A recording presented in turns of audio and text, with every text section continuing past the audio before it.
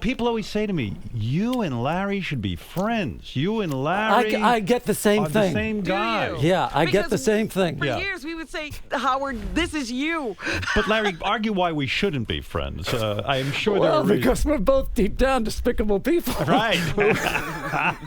Two miseries. Two miseries. Are you? I mean, you're a legendary miserable guy. The story goes, third season of Seinfeld. You're, of course, the creator of Seinfeld. Every reason in the world to be happy. The show is now successful. And they come to you and they say, Larry, the show has been renewed for a third season. And you were in tears. Yes. It was too much pressure for you, right? It's like a relationship. I just didn't think I could keep it up. Was it an internal thing where you said, gee, the show is so important to people, I don't want to disappoint them? I always felt that, well, last year was so good. How do you top How do you this? top it? And then I started out the same thing on Curb. Oh, boy, that was a great season. Now what? Do you think that these ideas that you have, that everyone seems to respond to, they're so universal, do you worry they're just going to run out? How it's like when I drove a cab. Yes. I drop off a fare. I'd start driving around. You thought you'd never get another one? Where's the next one? There was nobody on the street.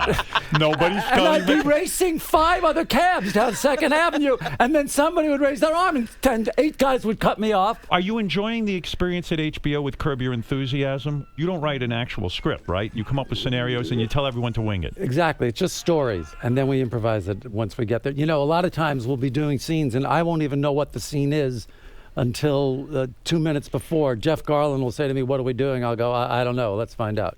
Most of these episodes were really from your everyday life. When we look at Seinfeld and we see the episode where George decides to show up at work, despite the fact that he is mouthed off to his boss. Now, when you were a writer at Saturday Night Live, you mouthed off to Dick Ebersol. He Yes. was the guy in charge. It wasn't Lorne Michaels. No. You were hired as a writer Yes. on Saturday Night Live.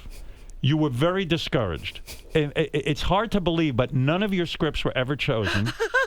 You were a failure at Saturday Night Live. Total failure. And you were there during that legendary season when it was Billy Crystal and Martin Short. I mean, what a great Wow. season. Yes. I thought it was one of their best seasons. Yes. Well, you're Julia not Louis- helping Larry by saying it was a great No, season. wait, He Julia- was not represented. Julia Louis-Dreyfus. Yes, that's where I met Julia. Yeah. All-star cast. You're hired as a writer. You get in there. Within 5 weeks, you're completely irritated and disgusted with the job, right? Yes. Because they didn't recognize your genius. Am I correct? My sketches would do very well at the read-through. At the dress rehearsal. Yes. Yes.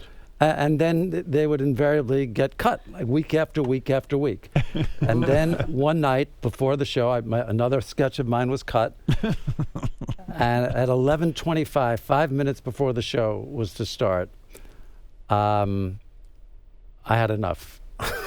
Dick was sitting in the chair, and I marched over to him. Probably didn't even know who you were. I marched over to him. I said, "This fucking show stinks! It stinks! It's shit! I'm done! I'm gone! Fuck this! I'm out!" So you go home. I'm walking home in the freezing cold.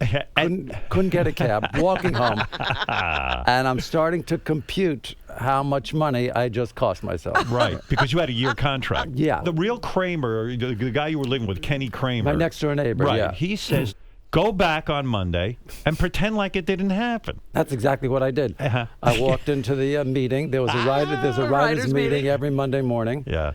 And I walked into the meeting. The writers had heard the outburst. Right. And I sat down. And then he would go around and ask everybody what they were working on for the week. Right. And I was about the 5th one on the couch. And then he got to me and I said, "Well, I'm thinking about doing this circus sketch," and nothing. And you had the job. Yeah.